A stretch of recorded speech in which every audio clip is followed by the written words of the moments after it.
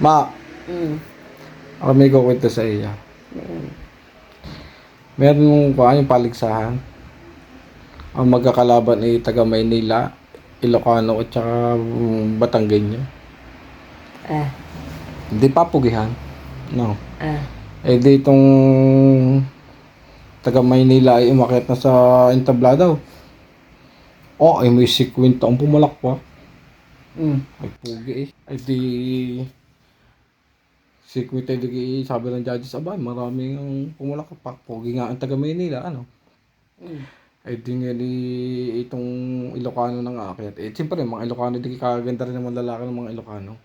Sadyang mga pugi din ang mga Ilocano. No? Oh, ay may 100 amo.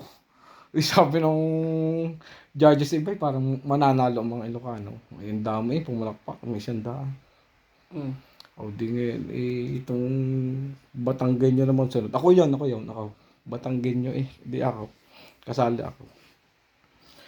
Ay di nung ako'y umakas sa entablado iba. Bakit eh. Walang napalakpak. Amo. Ay, pamaya-maya ay daga sana ang entablado. Bakit? Bakit? Anong bakit? Bakit? Ay di mga nag-akayata at ako pinaghahalkan. Mga babae at lalaki. Oo At nga napugin naman! sa akin.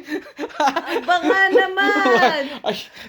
Ay, di ako palalo. Eh, mayroon mo yung lahat Sa pugi! Aba,